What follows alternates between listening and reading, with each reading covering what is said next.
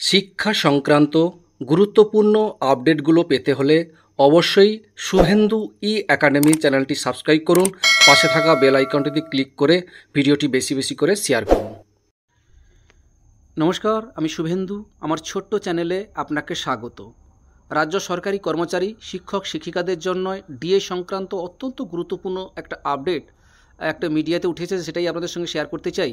দেখুন, ডিএ দয়ার দান নয়, রাজ্য সরকারি কর্মচারীদের অধিকার, মান্যতা দিয়েছে রাজ্যই।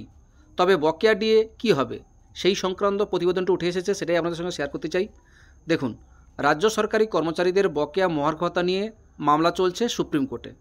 মহার্ঘ ভাতা ডিএ দয়ার দান নয়, সরকারি কর্মচারীদের অধিকার, মান্যতা দিয়েছে রাজ্য সরকার। সুপ্রিম কোর্টে বকেয়া ডিএ মামলার আগেই বড় বিষয় সামনে এলো। আগামী 7ই জানুয়ারি দেশের শীর্ষ আদালতে ডিএ মামলার শুনানি হতে পারে। কনফেডারেশন অফ স্টেট গভর্নমেন্ট এমপ্লয়িজের সভাপতি শ্যামল মিত্র জানিয়েছে, রাজ্য সরকার যে কোনোভাবে ডিএ মামলায় বিলম্ব করার চেষ্টা করছেন। কারণ রাজ্য ভালোমতো জানে 2018 সালের 31শে আগস্ট কলকাতা হাইকোর্টে যে রায় দেওয়া হয়েছিল সেটার বিরুদ্ধে কোনো উচ্চতর আদালতে আবেদন করেনি, বরং রাজ্য সরকার সেই রায়কে মান্যতা দিয়েছে। অর্থাৎ 2018 সালের 31শে আগস্টে সেই রায় পরিবর্তন করার কোনো সুযোগ রাজ্য সরকারের কাছে এমনিতেই তার মত। আচ্ছা, রাজ্য সরকারি কর্মচারীদের সংগঠনের নেতা আরও জানিয়েছেন, রাজ্য সরকার সুপ্রিম কোর্টে যে স্পেশাল লিভ পিটিশন দাখিল করেছে সেটা 2022 সালের 20শে মে হাইকোর্টের দেওয়া রায়ের প্রেক্ষিতেই।